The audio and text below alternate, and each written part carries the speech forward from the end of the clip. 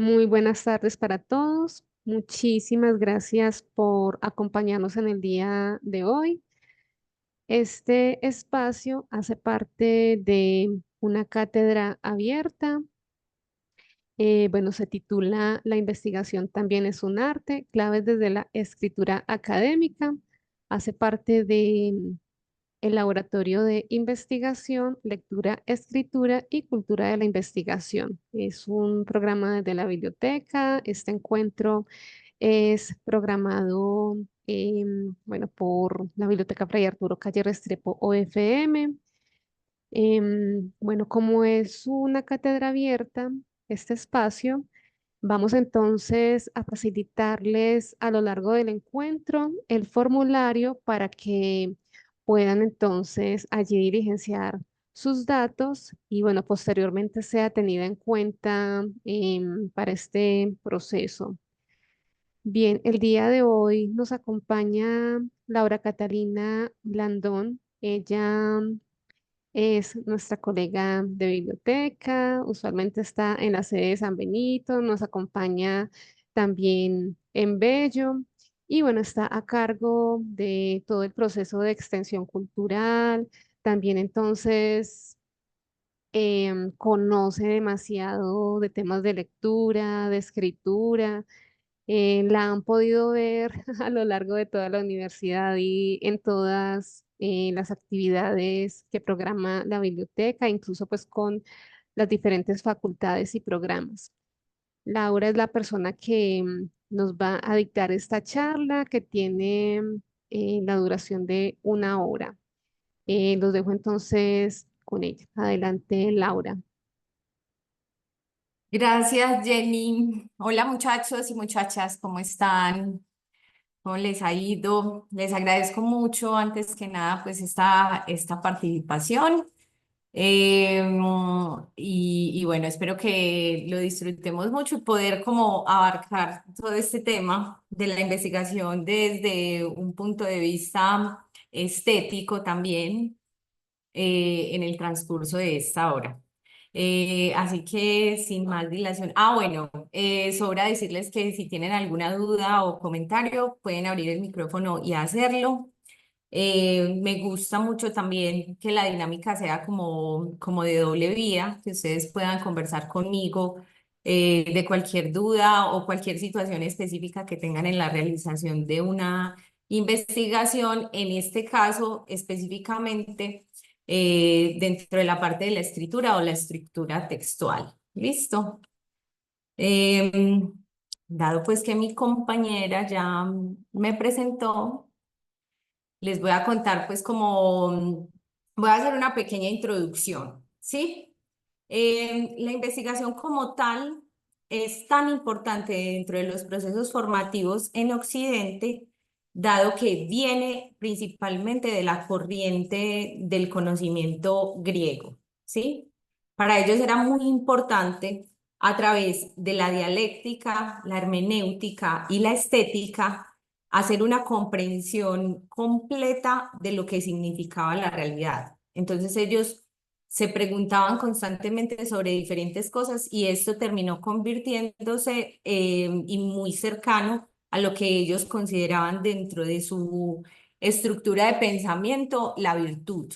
Entonces de ahí es de donde vienen los orígenes y el nivel de importancia que se le ha dado a través de los años a la investigación dentro del desarrollo no solamente científico, sino también académico y estudiantil. Todos recordamos que en algún momento, digamos que en nuestros primeros años de formación, nos empezaban como a dar ciertos atisbos sobre la importancia de la investigación, nos ponían a hacer trabajitos que tenían ciertas normas, que tenían ciertas partes que eran fundamentales y de ahí pues digamos que nos van orientando hacia esa forma de conocimiento como principal manera para acercarnos a una realidad, digamos que más científica o más verdadera, por decirlo de alguna cosa, pues de alguna manera.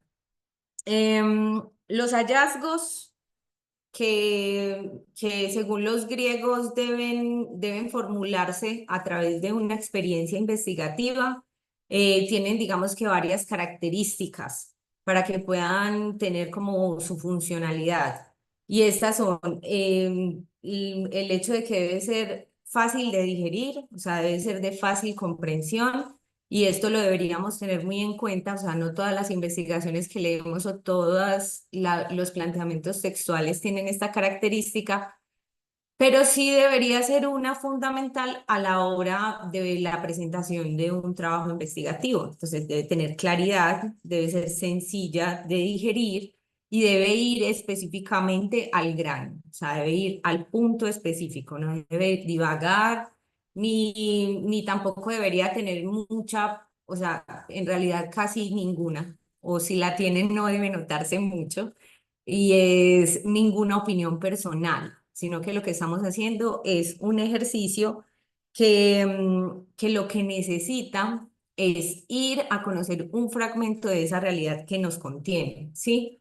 Muchas personas, partiendo justamente desde los principios hermenéuticos, piensan que es el acercamiento a la verdad, pero yo diría que no es tanto el acercamiento a la verdad o encontrar una verdad, sino comprender la verdad que ya está. Entonces, del mundo en el que habitamos, lo que intentamos hacer es tomar un fragmento y diseccionarlo por partes y de las partes llegar al todo. Eso es más o menos en lo que se basa este principio hermenéutico de la investigación, ¿cierto?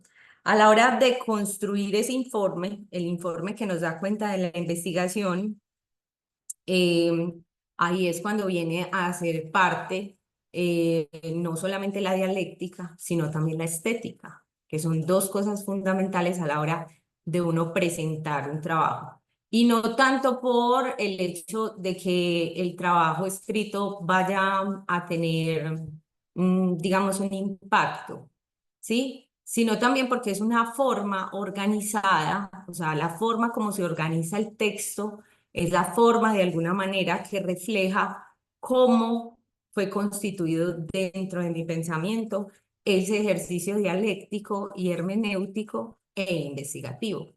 Entonces, por eso eso es lo que da el nombre, digamos que a esta cátedra, y es el hecho de pensar también la investigación y los productos que se generan a través de la investigación desde un punto de vista estético, es decir, la configuración armoniosa de un texto, ¿sí? Entonces, esto sería como la introducción para lo que vamos a ver. En la investigación actual, nosotros nos encontramos como dentro de este paradigma, o sea, yo quise ir al pasado, quise ir a los griegos, para que miremos la distancia tan grande que hay entre los orígenes de la investigación y cómo el paradigma ha ido evolucionando y en lo que se ha convertido en este momento, ¿sí? Entonces, la investigación también, por lo menos en la academia actual, se convierte en un requisito fundamental. ¿Y en un requisito para qué? Para graduarse, o sea, bien sea que el producto sea un libro, un artículo de revista, una tesis para entregar en una biblioteca. La investigación ahora se presenta como un requisito de validación de nuestro proceso formativo, ¿sí? Y o sea, esta generalidad, o sea, antes no debía ser así, es más, esto es digamos que un paradigma relativamente nuevo y que ha sufrido muchos cambios. Los investigadores o la investigación no eran digamos, un indicador de medición de los niveles académicos de las universidades. Los investigadores se dedicaban a la investigación, a descubrir y a hacer ese ejercicio de acercarse a diferentes tipos de realidades y preguntarse por la realidad, pero no era necesariamente un ítem de medición dentro de las universidades. Luego es que se empiezan a dar cuenta que las universidades de mejor calidad son las que más investigaciones tienen, ¿sí? Como el MIT, Oxford, bueno, y en fin, esto es una historia más bien larga en la que no voy a entrar, pero A partir de la adaptación de ese modelo es que la investigación empieza a ser un requisito dentro de la estructura académica de nosotros. Em, ¿Qué, cuáles son, digamos que, los retos actuales? Porque tampoco voy a entrar a decir que es bueno o es malo, sino que la adopción de este paradigma como requisito también trae unos retos para los investigadores, ¿sí? O para las personas cualquiera que se dediquen a hacer una investigación, que quieran hacer una investigación, que quieran hacer su trabajo de grado con base en una investigación, que muchas veces lo que es investigación, lo que se llama investigación no es una investigación, ahorita lo veremos más adelante, pero los retos que se presentan son, como primero, la calidad versus la cantidad. Entonces, como estamos hablando de que por la cuantía de las investigaciones realizadas es que se les da ciertos puntajes a las facultades y a de las universidades, entonces cada vez solicitan más cantidad para poder aumentar ese indicador. Y esta cantidad al mismo tiempo va poniendo en riesgo un poco o pone un poco en la balanza la calidad de las investigaciones. Porque así como hay investigaciones que son cerradas y que son fáciles de abordar, hay otras investigaciones que quizás generen más aporte, porque eso es uno de los principales objetivos, pues como de la investigación, aportar conocimientos nuevos a todo este bagaje de conocimientos que tenemos. Entonces se ve un poco como digamos que en contravía. Entonces la cantidad versus la calidad sería la primera dificultad o el primer reto que encontraríamos. Lo segundo son los indicadores. Por el hecho de que sea un indicador de medición, entonces esto lleva a que la mayoría de personas se vinculen en algún momento de su proceso académico, bien sea en el pregrado, en el posgrado o ya si hacen parte de la planta docente de una universidad, se vean vinculados a un proceso de investigación queriéndolo o no, sin que esto nazca como de un verdadero deseo interno por conocer, sino más bien como desde un requisito y un aporte también. O sea, hay muchos motivos por los cuales se pueda llegar a ese nivel.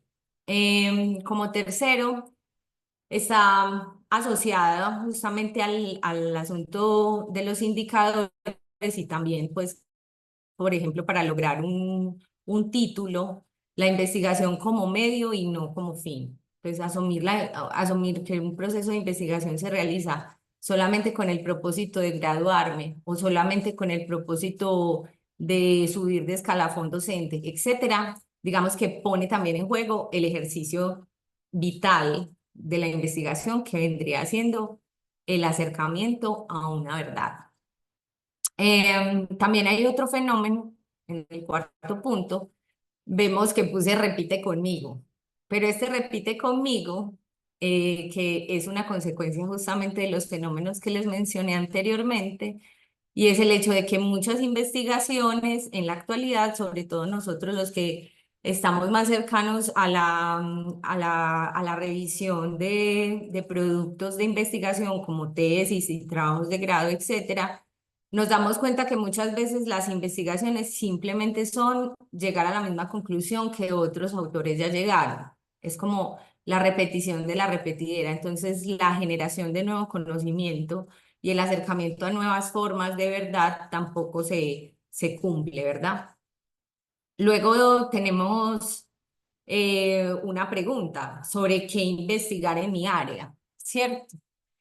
En ese sentido, luego miraremos cómo solucionar este problema, pero hay muchas personas que dentro de su área de conocimiento, justamente por tener tantos contenidos, al final se quedan como sin un norte o sin una idea fundamental de hacia dónde quisieran dirigir todas estas dudas o dirigir su esfuerzo, porque son tantos los campos que digamos que de alguna manera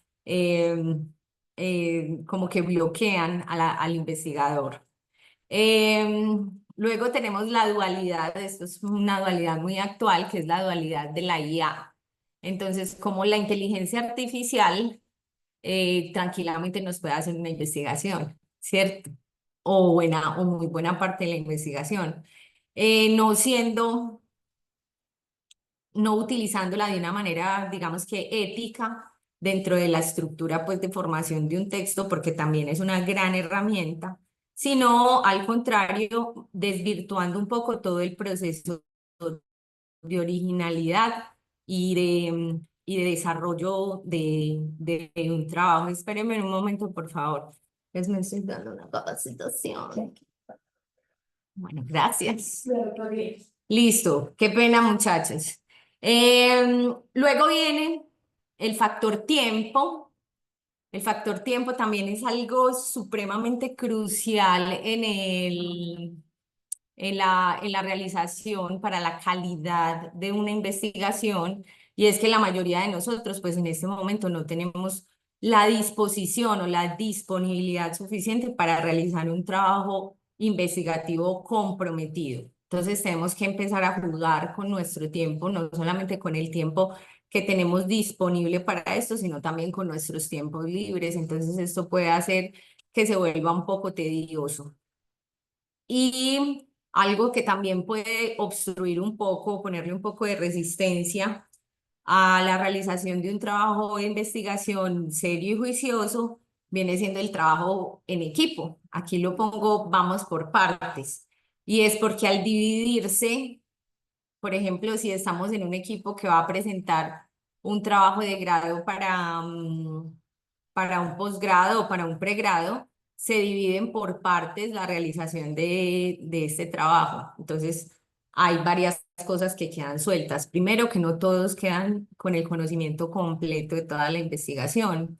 Segundo, que afecta seriamente a la estética de la estructura del trabajo, porque muchas veces las voces narrativas que construyen los textos se pueden notar la diferencia entre capítulo y capítulo, y eso no lo queremos, pues eso es muy, digamos que no tendría el nivel profesional que se esperaría de una investigación.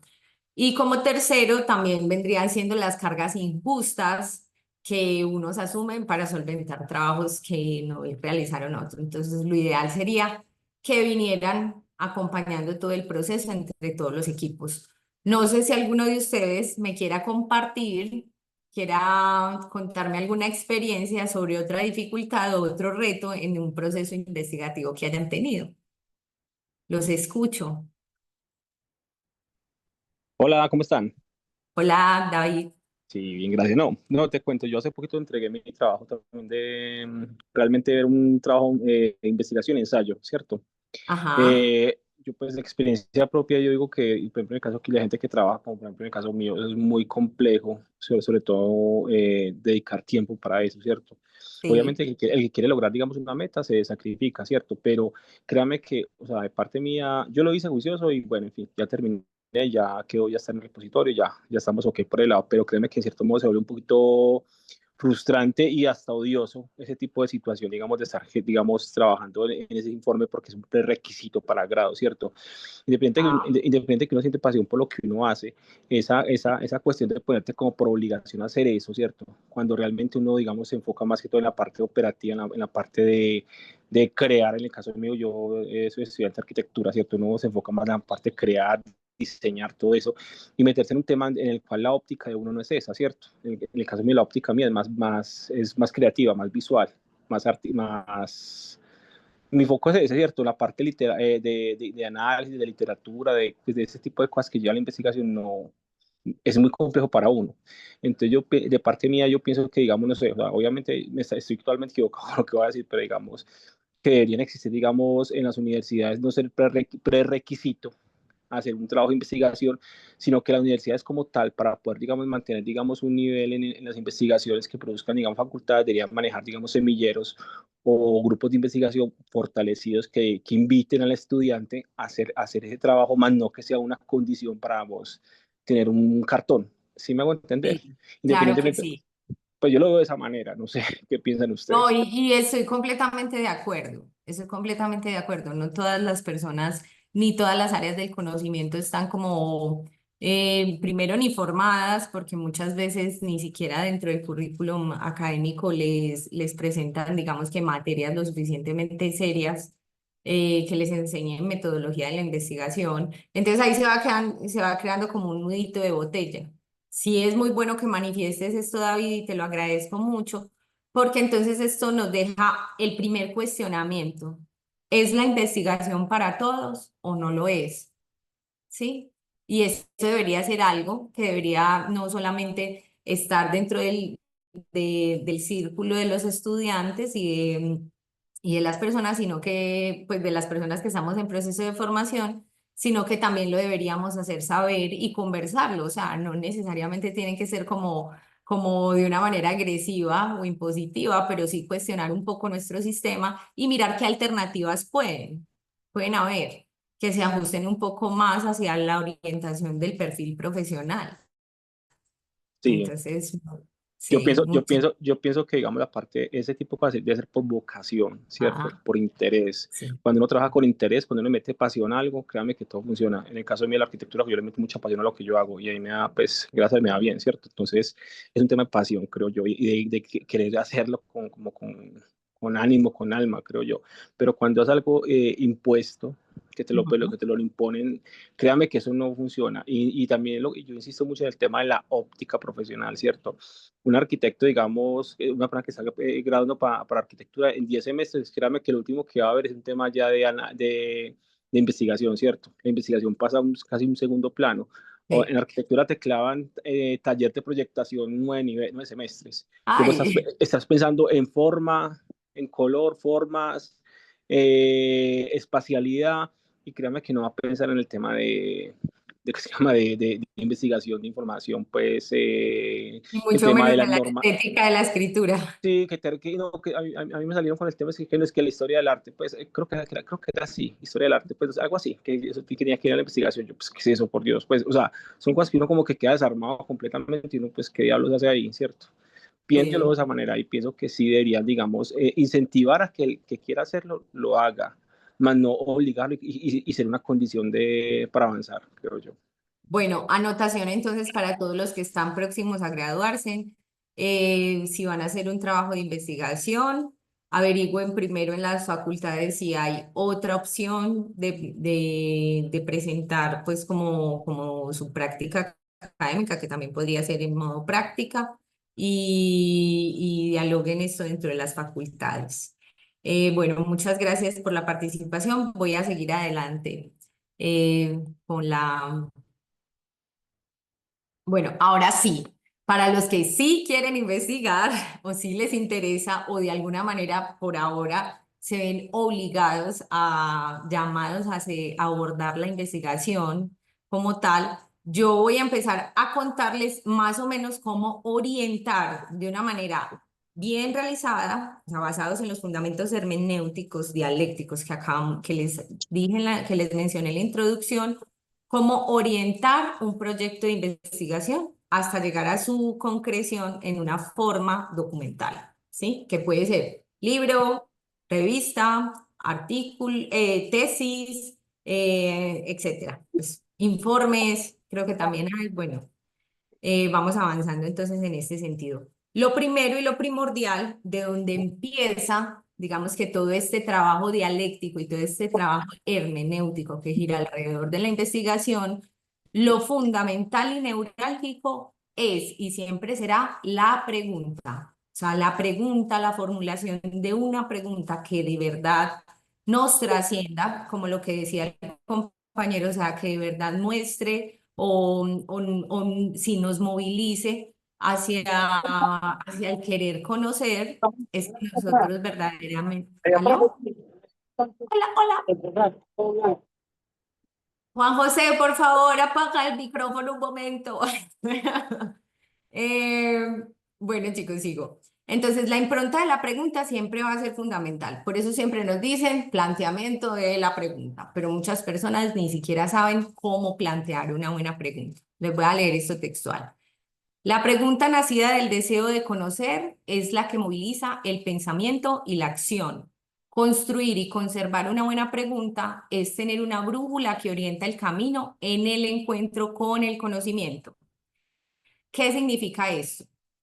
Que prácticamente yo diría, me atrevo a afirmar, que la mitad de un buen trabajo de investigación radica en que se sienten a preguntarse sobre la pregunta que quieren despejar a través del proceso de investigación de una manera muy seria, porque esa pregunta es luego la que los va a meter en problemas. O sea, todas las preguntas están hechas para eso. Es como el diablo, están hechas para meternos en problemas, pero van siendo siempre las que nos van a orientar el camino. Porque la pregunta que nos da, la pregunta primero que todo nos va a dar el tema o el subtema o el tema específico de conocimiento que nosotros queremos abordar. Segundo, nos va a dar también parte de la respuesta, o sea, parte de la hipótesis, porque cuando nos hacemos una pregunta, esa pregunta siempre está enmarcada dentro de un contexto. Entonces, yo me pregunto, por ejemplo, el día de hoy, ¿cuántos estudiantes vinieron hoy a la Biblioteca Fray Arturo Calle en San Benito? Entonces, si yo me pregunto eso, yo ya estoy dando un margen de respuesta. Ya dije que era en San Benito, ya dije que eran estudiantes. Entonces, la orientación de una pregunta clara y concisa siempre nos va a dar un muy buen inicio, un muy buen punto de partida para la realización de un trabajo, digamos que un trabajo investigativo muy serio, ¿sí? Hay muchas también en internet, o sea, yo no se lo tengo que preguntar a ChatGPT, pero sería mejor preguntarme a mí de verdad en qué me gustaría ampliar mis conocimientos dentro de mi área, ¿sí? De formación, que preguntárselo al GPT. Sin embargo, la formulación de estas preguntas para que puedan generar un movimiento interno, estoy hablando completamente de un proceso interno, un movimiento al que de verdad yo le pueda sacar el jugo y la satisfacción, debe ser de un tema que me movilice dentro de mi área del conocimiento. Si no es así, creo que es muy difícil y se vuelve muy pesado el trabajo de desarrollar pues de hacer todo un trabajo de investigación. Entonces, continúo. Decía Confucio, no importa lo ocupado que puedas pensar que estás, debes encontrar tiempo para leer o entregarte a la ignorancia autoelegida. Yo pienso que nadie, que ninguna de las personas que estamos reunidas acá en estos ambientes académicos, quisiéramos elegir voluntariamente la ignorancia. Si es así, si no estamos dispuestos a aprender absolutamente nada, es el momento justo para replantearnos nuestro proyecto de vida. Porque si estamos aquí, pero no nos gusta aprender, entonces yo creo que ahí hay una pequeña disonancia, ¿sí? Eso es importante. Y es importante ser muy honesto también con uno mismo a la hora de la realización de una investigación. Porque si lo que yo quiero es cumplir con los requisitos que puse al inicio únicamente, entonces ahí va a haber un conflicto de intereses que va a ser muy difícil el trabajo. Entonces, ¿qué se requiere para poder ir a esto? Leer, pensar y escribir. Este proceso, ¿cómo funciona? O sea, la lectura, o sea, muchas personas piensan que con el simple hecho de leer ya tienen la mitad del trabajo realizado, pero no, no es solamente leer, no es lo mismo leer que saber leer. Saber leer tiene que pasar por un proceso de comprensión, de introspección, o sea, tiene que tener que ir de la mano con un proceso reflexivo. Para eso se utilizan las notas, los post-its, las tablas de tomar como citas, ¿cierto? Entonces no es solamente la recopilación de nuevos conocimientos, también esto es aceitar un poco esa capacidad de análisis y de crítica que yo tengo. O sea, leer es más que la decodificación de símbolos, es más que entender simplemente lo que este autor quiere decirme a mí. Leer y mucho más para un trabajo investigativo implica un ejercicio dialógico. O sea, yo tengo que ponerme en una postura en donde no solamente estoy como ente receptor de información, sino que también puedo empezar a modular preguntas frente a los textos que se me presentan. Esto toma un poquito más de trabajo, pero obviamente va a dejar un poquito más de satisfacción y va a, digamos que vamos a ir adelantando trabajo o proceso de trabajo en cuanto a las partes posteriores, como la construcción de unas conclusiones, la creación de una discusión, ¿cierto? Entonces, por eso esta parte de leer y saber leer. El pensar, lo pongo aquí porque hace referencia justamente a esa parte del análisis. Solamente que en el pensamiento yo puedo empezar a unir factores que tienen que ver con mi contexto y con las cosas que se mueven dentro de mi contexto para yo poder ir alimentando esta idea que voy formulando o esta pregunta que voy formulando. Entonces, en la medida en que ese pensamiento va empezando, o sea, por ejemplo, yo estoy leyendo, voy a tomar el ejemplo del compañero, estoy leyendo sobre historia del arte, pero la teoría que estoy leyendo es de un escritor alemán, ¿sí?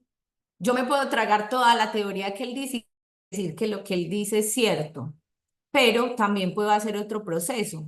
Por medio de este análisis crítico y de este pensamiento, empezar a contrastar las teorías que el autor principal me da para ponerlas a conversar con las realidades contextuales que tenemos en Colombia, por ejemplo, o en Latinoamérica, y empezar a ver, la historia del arte es igual allá, porque la historia, por ejemplo, del arte precolombino no se tiene en cuenta dentro de la historia del arte, o cosas así, ¿cierto?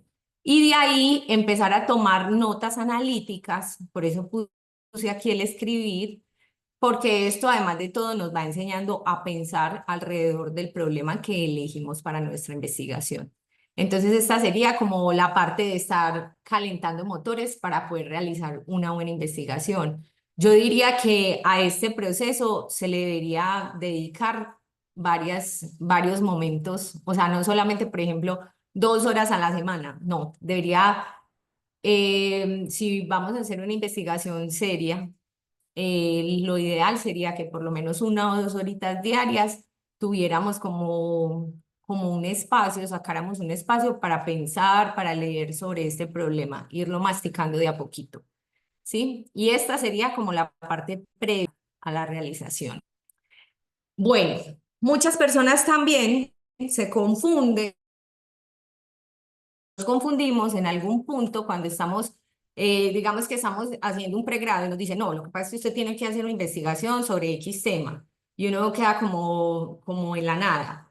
Entonces se va directamente a Google a preguntarle sobre el tema que me dieron de investigación, que también me parece pues como algo, eh, pues yo creería creer en la buena voluntad, valga la redundancia, de las plantas docentes al darles los temas de investigación. Sin embargo, es para mí como, pues como profesional también y amante de la investigación y la filosofía, que cada persona supiera cuáles son las cosas las áreas de interés dentro de cada materia, ¿sí? Dentro de cada materia siempre va a haber algo que nos va a gustar más que otras cosas.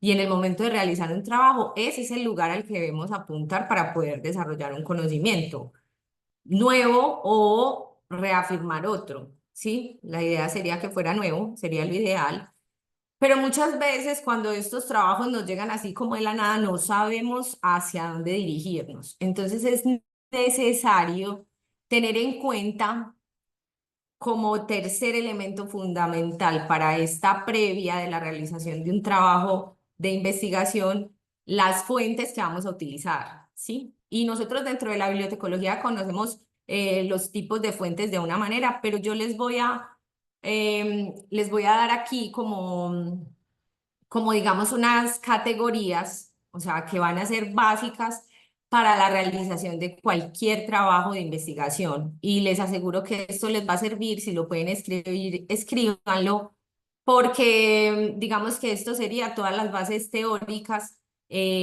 para poder hacer un trabajo muy integral, o sea, de muy buena calidad. Entonces, los primeros son los referentes. ¿A qué nos referimos con los referentes? En la parte cuando estamos haciendo el planteamiento del problema, o sea, la parte del anteproyecto, es necesario contar con otros trabajos que se parezcan a la investigación que yo voy a hacer, ¿sí? Otras personas más o menos de mi mismo nivel académico que ya han abordado o la misma investigación o investigaciones similares. Por ejemplo, si yo estoy investigando los siniestros automotrices, los niveles de siniestros automotrices durante el 2023 y el 2025 en la ciudad de Medellín, es probable que yo me encuentre con trabajos de grado en repositorios institucionales que aborden ese tema en otras ciudades de Latinoamérica, que me puedan mostrar a mí más o menos cómo se realiza ese trabajo, a cuáles fueron a las conclusiones que llegaron, cuáles fueron las bases teóricas que ellos tuvieron, etcétera, ¿cierto? Entonces, estos referentes, ¿dónde los encuentro? Que eso es otra cosa que muchas personas obvian o esto se va, digamos que de largo, y es en los repositorios institucionales. Ir a las universidades, a las páginas web de las bibliotecas y a los repositorios que están alojados en esas webs nos garantizan poder encontrar muy fácilmente los referentes institucionales. Pues esto es como muy básico. Luego, en el segundo lugar están los conceptos. Para yo poder realizar una estructura teórica sólida que le dé firmeza a mi desarrollo de investigación, debo tener unos conceptos claves, lo que nosotros llamaríamos palabras claves o keywords, que son, digamos que esos términos orientadores que vamos a estar utilizando con frecuencia y que son de carácter especializado del área y que los podemos desarrollar. Entonces, nosotros ¿cómo podemos hacer? Esto es directamente referido al marco conceptual, como lo conocemos nosotros dentro de la estructura textual, pero esto se puede hallar en tesauros y en enciclopedias especializadas. Independientemente de que sean físicas, o sea, de que vayan a las bibliotecas y los busquen, o que busquen en la web este tipo de documentos, tesauros y enciclopedias especializadas, desde ahí vamos a poder construir un marco conceptual lo suficientemente sólido y de todas maneras nosotros también vamos a poder saber más claramente de qué es exactamente lo que estamos hablando, porque muchas veces dentro de los trabajos de grado uno de los fallos que uno se encuentra muy frecuentemente es que utilizan terminologías que son demasiado rimbombantes, pero que, por ejemplo, no encajan dentro de una mención en un párrafo, que uno dice, pero ¿por qué puso esta palabra? Luego vienen los métodos. Esto ya nos habla específicamente de la teoría de la investigación.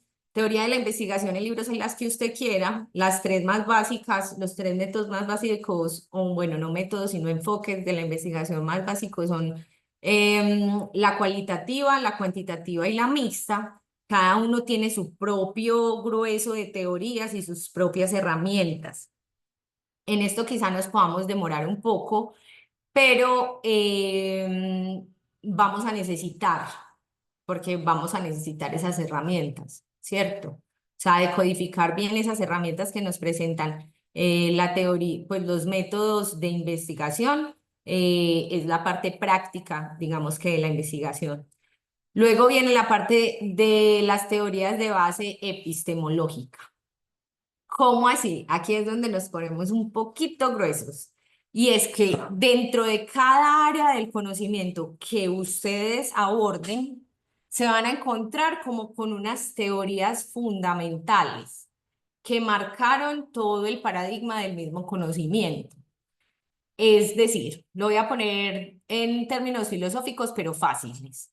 Si yo digo que voy a hacer una investigación documental en la literatura,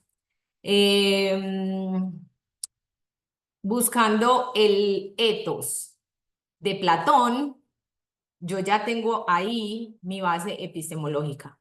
Ya estoy diciendo, basado en lo que dijo Platón en ese momento, que era el ethos, entonces yo voy a empezar a desglosar y a identificar cuáles son los rasgos en estas obras literarias que pueden ser contemporáneas. A eso es a lo que se refiere la base epistemológica. O sea, yo tengo que tener unas fuentes sólidas donde pararme. ¿Esto qué es lo que me da? O sea, porque es muy importante. Porque hay muchos trabajos que se rajan en la coherencia epistemológica. Es decir, empiezan, por ejemplo, en un trabajo de psicología a mencionar, a mezclar teorías freudianas que son de una corriente del psicoanálisis con teorías conductuales que son completamente opuestas, incluso a veces contrarias.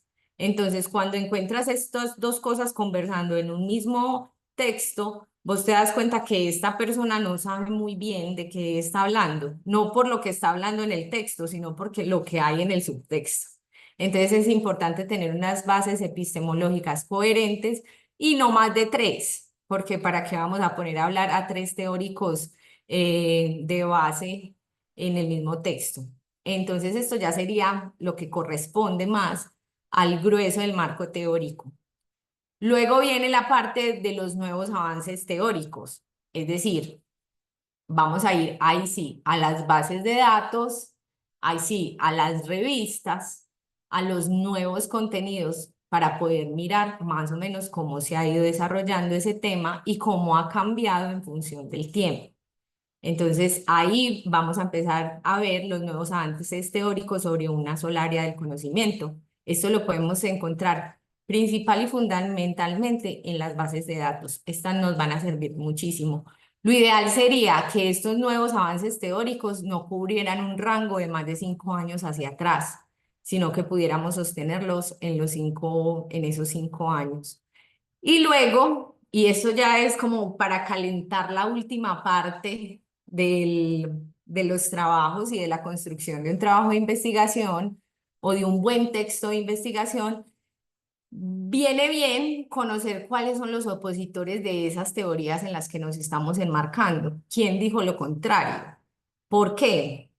Porque eso nos va a ir aceitando para hacer un ejercicio argumentativo y generar una verdadera discusión en el capítulo que tiene ese nombre, ¿cierto? Si es una discusión es porque tenemos que tener una argumentación. ¿Hasta ahí alguna pregunta? ¿Cómo vamos? Bueno, Lau, por acá por el chat no hay inquietudes. Listo. Bueno, ahí les voy a dejar otro dato importante y es, pues que a mí me fascina y es la inteligencia artificial como aliado de la investigación y no como plagiador o como, bueno, como lo quieran llamar, ¿cierto? La inteligencia artificial, si ustedes pues la han usado y como yo la he usado, yo le pregunto, le hago una pregunta sobre un tema teórico o sobre un área del conocimiento específica y le digo que me haga una redacción pequeña sobre cómo lo resumiría. Yo me doy cuenta que esa inteligencia artificial también me trae fuentes, es decir, la inteligencia artificial está programada de una manera maravillosa para buscar en toda esa inmensidad de información que nosotros tenemos en repositorios, bases de datos, en Google Scholar y en todos los sitios web, traer las mejores fuentes, muy buenas fuentes documentales que nos van a nutrir el texto. Y ya luego nosotros lo podemos dividir en estas categorías, ¿cierto? Ah, bueno, es que este me sirve como método. Ah, bueno, es que este es un nuevo avance teórico o esta es una teoría de base epistemológica. La inteligencia artificial es para mí un pescador en el océano. Qué pena ahí me equivoqué. En lugar de en el océano puse el océano. Entonces, en el océano. Entonces, en todo este océano de información, la inteligencia artificial nos puede ayudar un poquito para ir haciendo un primer filtro de fuentes. Entonces, bueno, seguimos. Luego viene la parte de la estructura. No, Hola. porque no tienes pinta de arquitecto. ¿Por qué no? Hola. Bueno, muchachos, entonces en esta parte de la estructura y la armonía, a mí me gustaría pensar que la forma como nosotros construimos un texto de, pues un producto de una investigación, se parece a un círculo, ¿sí? O sea, más que, a ver, el pensamiento lineal que nos muestran paso a paso, del capítulo 1, capítulo 2, capítulo 3, no nos deja percibir la estructura textual como una armonía, o sea, como una unidad completa. Estamos hablando de un sistema de retroalimentación. Entonces, la justificación y el desarrollo del texto deben ir de la mano. Entonces, estos factores deben ser coherentes entre sí y deben ser complementarios. O sea, yo tengo que darme cuenta que leyendo las conclusiones de un texto, puedo, por ejemplo, ir a contrastar la hipótesis o deben tener cierto nivel de unidad entre la hipótesis o los objetivos y las conclusiones, y así sucesivamente entre cada uno. Esto es como una arañita. Dentro de la escritura hay tres valores muy importantes que deben tener o sea, todo el corpus textual, cualquiera que sea, y es que deben tener coherencia, ¿sí? O sea, debe ser coherente la idea 1 con la idea 2 con la idea 3, pero asimismo la idea 50 con la 1, ¿sí? Deben ser coherentes. Deben tener cohesión, es decir, la primera me debe llevar a la segunda me debe llevar a la tercera a la cuarta y así sucesivamente. ¿Para qué? Para que se pueda ver el trabajo hermenéutico, todo este desarrollo hermenéutico que estoy realizando. Es decir, yo tomé una idea así de pequeñita y la volví todo un símbolo, todo un constructo simbólico, el cual puedo representar a través de la manifestación del idioma, que es la escritura, ¿sí? Entonces, ese es el segundo, la cohesión. Y tercero, la verosimilitud. ¿Verosimilitud a qué se refiere? Yo debo creer que lo que me dicen ahí es cierto. ¿Y eso cómo se logra? Teniendo sólidas bases teóricas y sólidas pruebas que comprueben la tesis que yo o la hipótesis que yo estoy planteando. Esos son los tres pilares fundamentales para yo poder hacer una buena escritura. Luego ya viene la parte de cada uno de los capítulos, que es lo que vemos acá. Entonces, cada una, seguimos sosteniendo la pregunta, responde a una pregunta particular sobre el tema que yo elegí abordar. Por ejemplo, el planteamiento del problema me va a decir qué es lo que yo voy a estudiar. La justificación lo que me va a decir es por qué lo voy a estudiar, ¿sí? Los objetivos me van a decir el para qué, o sea, a dónde quiero llegar. Los supuestos preliminares o hipótesis es un primer planteamiento después del barrido textual que yo tuve de los referentes y de las primeras bases conceptuales y teóricas. Me va a decir más o menos a qué es a lo que yo aspiro llegar, o una afirmación, ¿cierto? Una hipótesis viene siendo una afirmación basada en la pregunta que yo ya me planteé. Luego viene una metodología. La metodología está directamente asociada con la metodología de la investigación que voy a utilizar y esto debe responderme a tres preguntas básicas. Esto es básico, puede que esto se amplíe, pero básicamente sería el cómo lo voy a hacer, el cuándo lo voy a hacer. Es muy importante tener en cuenta los rangos temporales en los que voy a hacer una investigación y el dónde. ¿Sí? ¿En qué lugar? Por ejemplo, ¿en qué lugar geográfico? ¿Lo voy a hacer en mi barrio? ¿Lo voy a hacer en mi municipio? ¿Lo voy a hacer en una vereda? ¿Lo voy a hacer? Bueno, aquí me faltó poner con quién, por ejemplo. Yo puedo tomar una comunidad, la comunidad LGTBI, la comunidad de personas privadas de la libertad, o sea, puedo empezar a hablar de minorías o diferentes tipos, pues, como de personas en un rango de temporalidad determinado. Luego viene el marco teórico, que el marco teórico es un poco la unión entre, o sea, no es vendría a tener, a converger, por lo menos dentro de las áreas de las ciencias sociales, casi siempre debe tener más de uno de estos, y es el marco referencial, el marco conceptual, el marco teórico y bueno, ya aparte viene el marco metodológico que vendría siendo como la metodología y otro que se me escapa que últimamente les están solicitando mucho, que es un estado del arte. ¿Tienen alguna duda sobre el estado del arte? La mayoría de personas no conocen muy bien este término, pues cómo desarrollarlo. Porque lo que estamos hablando, voy a ir específicamente a la explicación, el marco, el estado del arte de lo que nos habla es, por ejemplo, de tomar un concepto o una base teórica y ver su evolución a través del tiempo. Es como una línea del tiempo, pero se hace a través de una teoría. Bueno, luego viene la parte del desarrollo. El desarrollo de la investigación ya nos empieza a desglosar los hallazgos que nosotros vamos sosteniendo de la investigación, ¿cierto? Basados en la metodología. Por ejemplo, nosotros dijimos, vamos a hacer estudios de caso de drogadicción en el centro de la ciudad de Medellín, que eso sería una investigación larguísima, pues. Pero entonces nosotros ya en ese desarrollo empezamos ahí es donde vienen a entrar como los márgenes, las estadísticas, también los análisis, las encuestas, bueno, la aplicación de todas las herramientas que nos da la metodología de la investigación.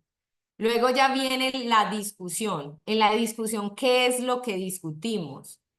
Estos hallazgos que tomamos y analizamos en la parte del desarrollo, los ponemos a conversar con las teorías que nosotros elegimos y planteamos. Entonces ponemos estas dos a conversar y podemos llegar a un estado de discusión. Empezamos a tratar de acomodar estas y nos van a dar unos productos. Esto la mayoría de veces emerge de una manera muy natural, muy espontánea, pero, pero que se puede, digamos que, estructurar muy lógicamente y mejor si mientras más conciso sea, o sea, más fácil de digerir.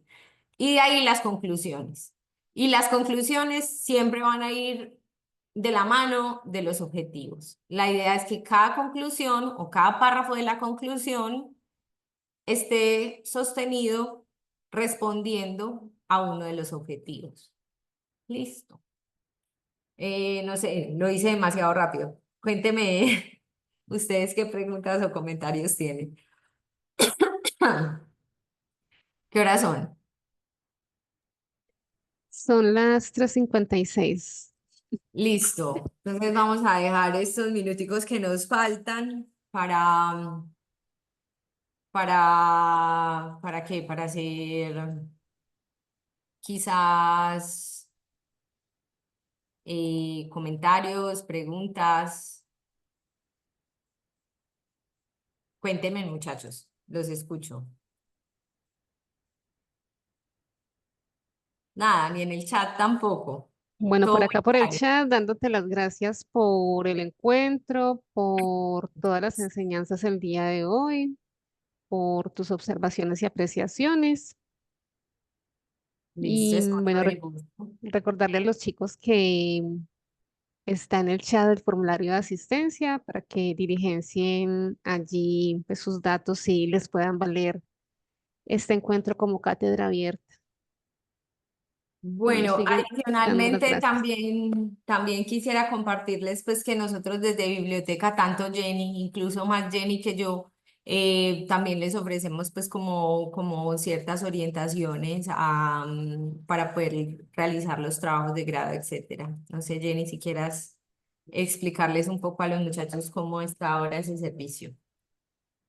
Bien, desde biblioteca estamos básicamente mi compañero Jorge y yo brindando asesorías personalizadas.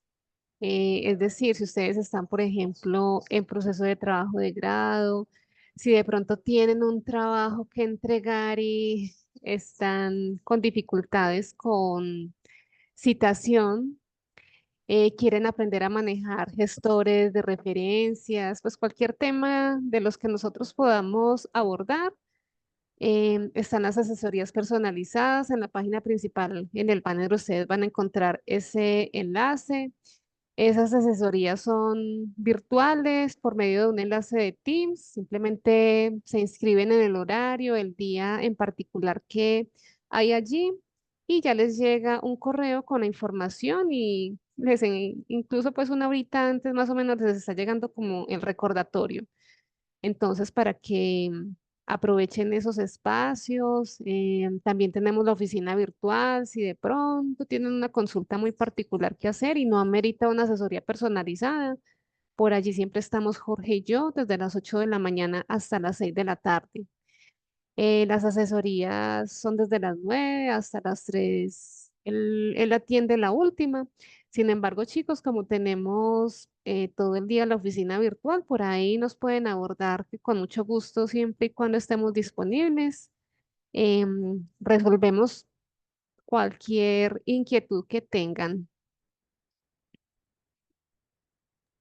Bueno, muchachos, gracias Jenny por esa anotación y muchas gracias a todos ustedes y a los participantes pues que nos han acompañado el día de hoy. Muy contentos de recibirlos. Y bueno, nos estamos conversando. Ya saben que por aquí a la orden para lo que puedan requerir. Feliz resto de tarde.